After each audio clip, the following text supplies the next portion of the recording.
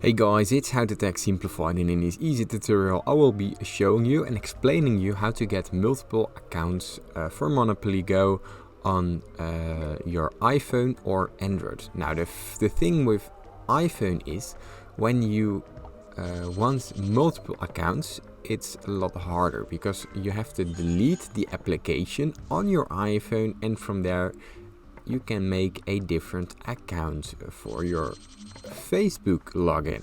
So you can choose the Apple Play and the Facebook login.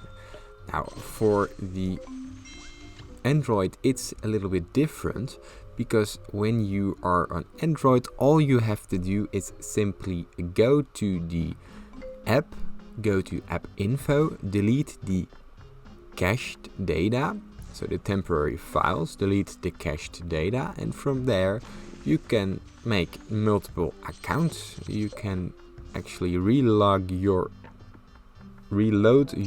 Monopoly Go application, and from there it will ask you to create a different account.